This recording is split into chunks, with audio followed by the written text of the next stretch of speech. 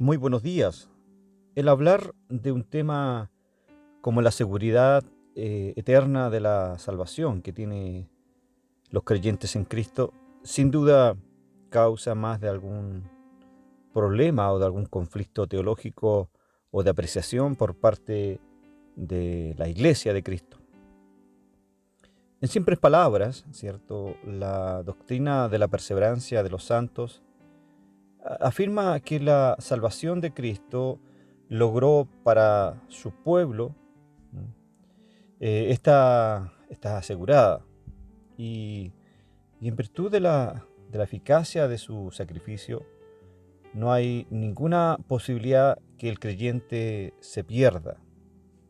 Todos aquellos por quienes Cristo murió son regenerados y serán preservados hasta el final. En base a esto, podemos decir que la salvación no se pierde. Sin duda, esta es una verdad presentada en las Escrituras de muchas y varias maneras, a veces explícita y otras de forma implícita. El tema, sin duda, genera un poco de objeción, como les dije al principio, genera conflicto, genera inclusive a veces que a uno lo califiquen de calvinista cuando no lo soy, sobre todo por aquellos que han sido enseñados de una forma distinta a la mía. Lamentablemente, un gran sector de la Iglesia cree y enseña que la salvación es por gracia y a la vez que los creyentes debemos conservarla o corremos el riesgo de perderla. ¡Qué ironía! Soy salvo por gracia, pero conservo mi salvación por mis obras. Una verdadera contradicción. Eso se llama en teología un sinergismo.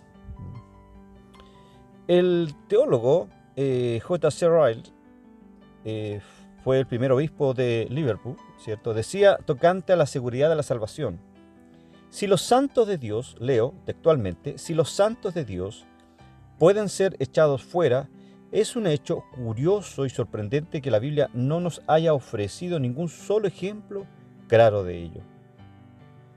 Pues bien, amados en Cristo, por la importancia que esta verdad significa para el mundo creyente y para usted mismo, me gustaría presentar tres modos en cómo cómo la seguridad de la salvación es demostrada en las Escrituras. Y espero que esto pueda servir para afirmar la convicción de los creyentes, para disipar cualquier duda que pueda originarse o cualquier cosa que pueda pensar en contrario, y sobre todo para que pueda ser usado para enseñarlos a otros. Tres formas como enseñar la perseverancia de los santos, o tres maneras, mejor dicho, para ayudar a entender la seguridad de la salvación. Mirando los versos que explícitamente lo afirman, en primer lugar, el camino más corto para enseñar el tema, que nos alude como la seguridad de la salvación o la garantía que nos da las Escrituras de que estamos en Cristo y no nos perderemos, será buscando los versículos que positivamente afirman la seguridad de la salvación. Desde luego que hay unos textos que son más elocuentes o más claros que otros, pero todos de una manera u otra llevan la fuerza de la perseverancia en sí mismo. En ellos se nos presenta a Dios como el protagonista principal de nuestra seguridad. Dicho de otra manera, la certeza de la salvación, amados, es veraz porque es Dios quien la asegura y no el pecador, es decir, no el hombre impío. Analicémonos.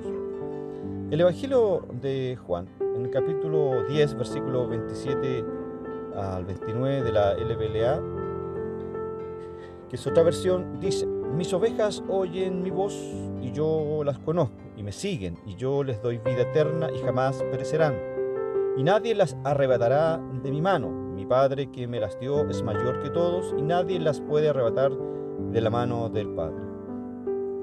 Judas 1:24 señala: y a aquel que es poderoso para guardaros sin caídas y para presentaros sin manchas en presencia de su gloria con gran alegría. Filipenses 1:6, que es uno de mis versos favoritos que tengo y que con mayor contundencia habla de esta garantía de la salvación, dice: estando convencidos precisamente de esto, que el que comenzó en vosotros la buena obra, la perfeccionará hasta el día de Cristo Jesús.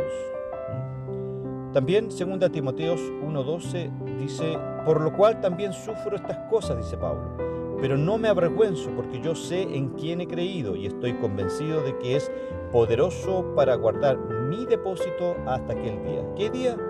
El día de la redención final, que es cuando Cristo venga en gloria. Primera de Pedro 1:5 dice que sois protegidos por el poder de Dios mediante la fe para salvación que está preparada para ser revelada en el último tiempo.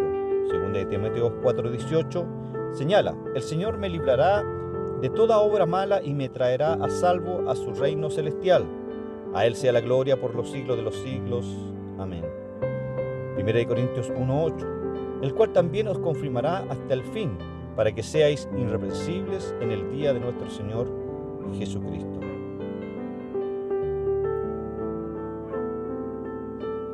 Como nos podemos dar cuenta, estimados, podríamos estar leyendo muchos otros versos, y de hecho los voy a mencionar. Tenemos 1 Juan 2:19, Juan 6:39, Juan 6:51, puede anotarlo si usted lo estima conveniente, Juan 14:19, Juan 17:11, Juan 17:25, Juan 17:24, Romanos 8:30, Romanos 8:39, Primera de Tesalonicenses 5:9. En fin, podemos mencionar muchos más, pero con los que acabo de mencionar está muy explícitamente cierto la seguridad que nos da la Biblia, o mejor dicho, la seguridad que nos da Dios respecto a nuestra salvación.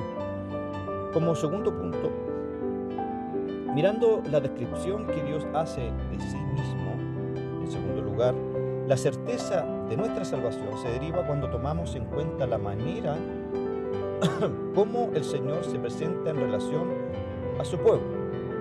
Es decir, amados, podemos confiar de que seremos guardados hasta el final por la forma en cómo Dios se describe a sí mismo. Por ejemplo, Dios se presenta como nuestro Padre, nuestra roca, nuestro escudo, etc. Además, Cristo se ha presentado como nuestro buen pastor, nuestro abogado y fiel sumo sacerdote. Veamos Dios como Padre. En las Escrituras, Dios se ha presentado como Padre para sus hijos. Una pregunta legítima que podemos plantear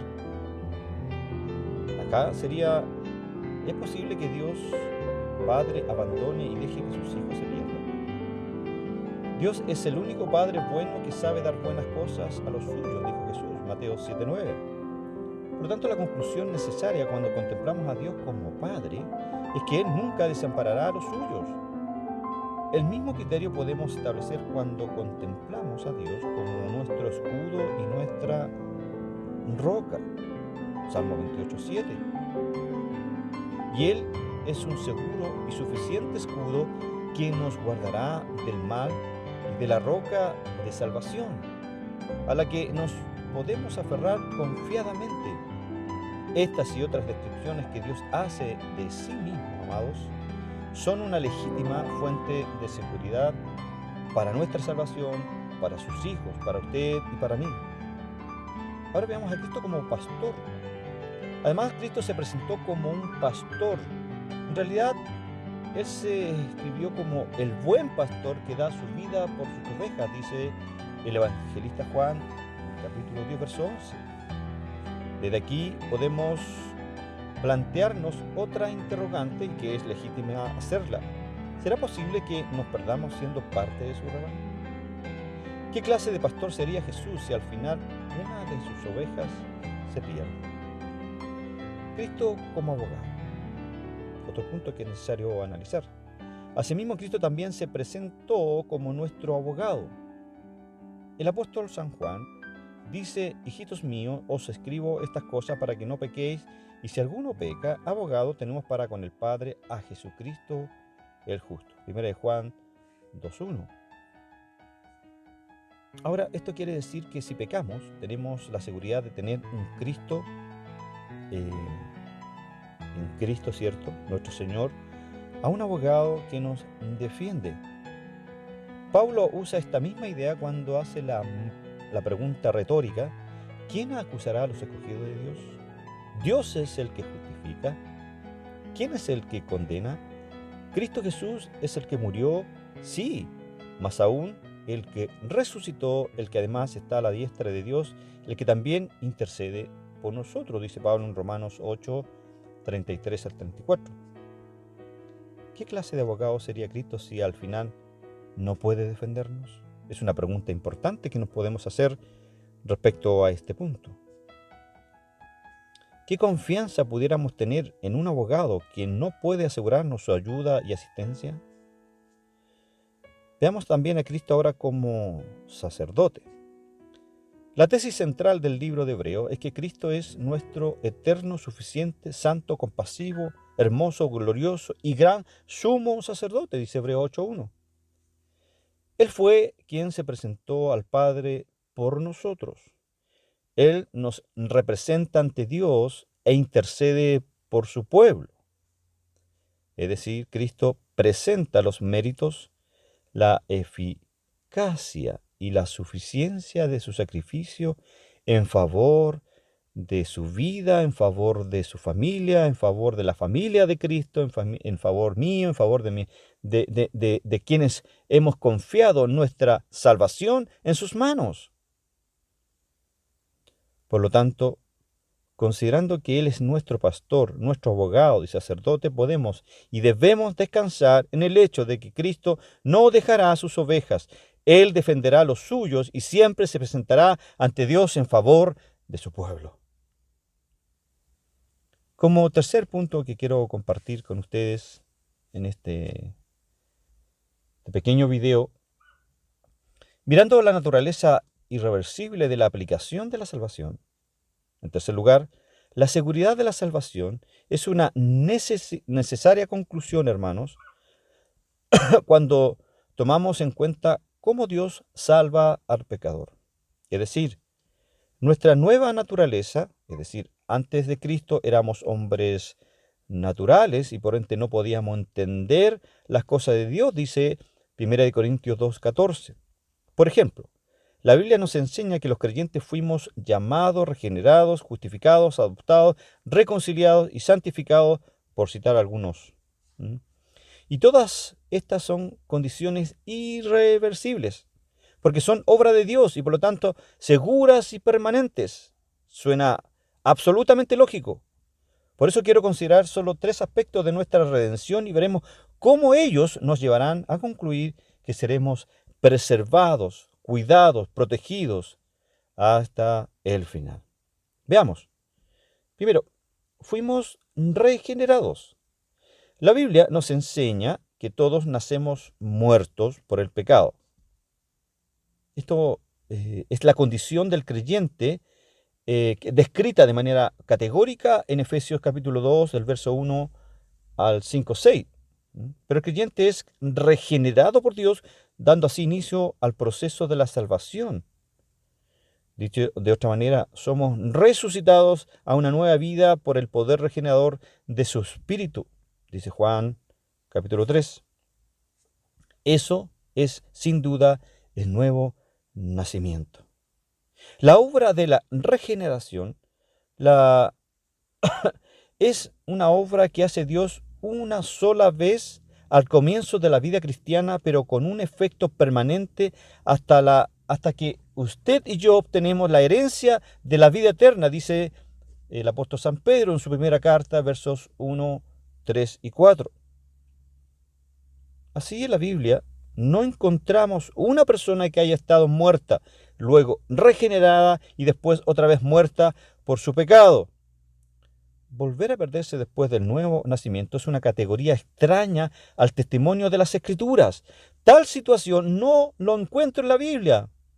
Tal hecho no lo encuentro en las Sagradas Escrituras.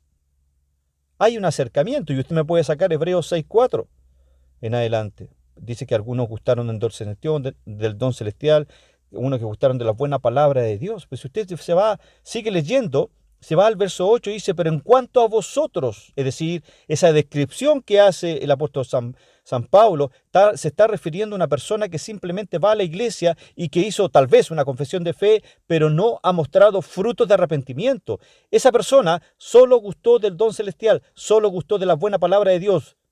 Pero para esa persona, dice Pablo, no hay un segundo arrepentimiento. O sea, es decir, no podemos arrepentirnos 2 veces para salvación. Creo está claro. También la Biblia dice que fuimos justificados. Las Sagradas Escrituras nos enseñan que todos nacemos condenados por el pecado. La culpa del pecado o las consecuencias de Adán y Eva que hayan pecado, y lo hemos enseñado en los 3 cursos que tenemos en nuestro instituto bíblico, el efecto que produce el pecado de Adán y Eva es terrible. Trae como consecuencias un efecto o una muerte espiritual y una muerte carnal, es decir, una muerte física, porque morimos. El pecado va degenerando nuestras células y en algún minuto morimos o de manera natural o tal vez a través de un accidente. Pero también trae como consecuencia mi alejamiento de Dios. Cuando nazco, ¿cierto? Y voy creciendo y tengo conciencia de mi pecado, indudablemente que estoy apartado de Dios y hago por ende las cosas que a Dios no le agradan. Pero el creyente es justificado por Dios cuando confía en Cristo y se convierte a Él, dice Pablo en Romanos 3:24. También lo describe de manera categórica en la misma carta, en el capítulo 5, versos 8 y 19. Es decir, amados, amadas en el Señor, somos declarados justos delante de Él. Dios nos cuenta la justicia de Cristo como nuestra y ahora podemos estar en una relación correcta ante Dios santo y justo que demanda justicia perfecta. Es decir, fuimos declarados justos, fuimos declarados inocentes y es como que usted nunca hubiese quebrado un plato. ¡Qué maravilloso! Qué maravilloso escenario nos encontramos en esta maravillosa doctrina de la justificación por la fe. Dios nos encuentra culpable, nos imputó la obediencia de Cristo a nosotros. Y nuestros pecados fueron imputados a Cristo. Pero también la Biblia enseña que somos justificados una vez y para siempre, y únicamente aguardamos a nuestra glorificación final, dice Romanos 8:30. ¡Qué maravilloso! Esta es la necesaria conclusión si tomamos en cuenta que las Escrituras nunca presentan a quienes han sido justificados, volviendo luego a su estado de condenación. La Biblia no presenta este escenario de una persona que ha nacido de nueva, una persona que ha mostrado frutos de arrepentimiento, una persona que ha caminado en el Evangelio y que vuelva nuevamente a su estado de condenación. Eso no. Muéstreme un versículo de la Biblia que mencione aquella situación espiritual de una persona, de un creyente. También podemos analizar que fuimos reconciliados con Cristo. En otro sentido, la Biblia también enseña que los creyentes estábamos enemistados con Dios, por lo tanto éramos enemigos de Dios, pero los creyentes hemos sido reconciliados en Cristo. Por eso el apóstol dice ahora que tenemos paz para con Dios por medio de Cristo, Romanos 5:1. Esta reconciliación es obrada por Dios una vez y para siempre. Esa es nuestra conclusión cuando consideramos las palabras del apóstol San Pablo. Romanos 5:10, porque si cuando éramos enemigos fuimos reconciliados con Dios por la muerte de su Hijo, mucho más habiendo reconciliados seremos salvos por su vida. La nueva relación que tenemos con Dios es segura en virtud del sacrificio de Cristo, no en virtud de mis obras, no en virtud de que yo me porte bien para mantener mi salvación. La naturaleza irreversible de nuestra regeneración, nuestra justificación y nuestra reconciliación son testimonios elocuentes de que estamos seguros en Cristo, que somos testimonios elocuentes de la seguridad eterna de nuestra salvación. La garantía que nos da la palabra de Dios es que seremos salvos de la ira.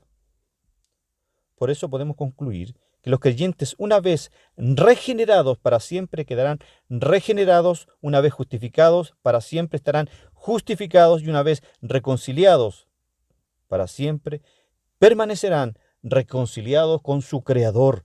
¡Gloria a Dios! Claro, aquí también deberíamos incluir el decreto de la elección, la adopción, nuestra unión con Cristo y la redención. Sin embargo, una sencilla reflexión de estos otros aspectos de la salvación nos llevarán a la misma conclusión: el creyente será preservado hasta el final. ¿Cómo puede perderse aquel que fue elegido para salvación? ¿Podrán aquellos que han sido adoptados remover y abandonar su estado de hijo de Dios? ¿Qué posibilidad hay de perdernos si hemos sido unidos a Cristo a través de su sangre, a través de su sacrificio expiatorio? ¿Quién pagará un precio más alto que la sangre de Cristo para reclamar derecho sobre lo redimido? Amados, amadas, la salvación es del Señor, es un monergismo desde principio a fin. Que Dios les bendiga y tengan un excelente fin de semana. Bendiciones.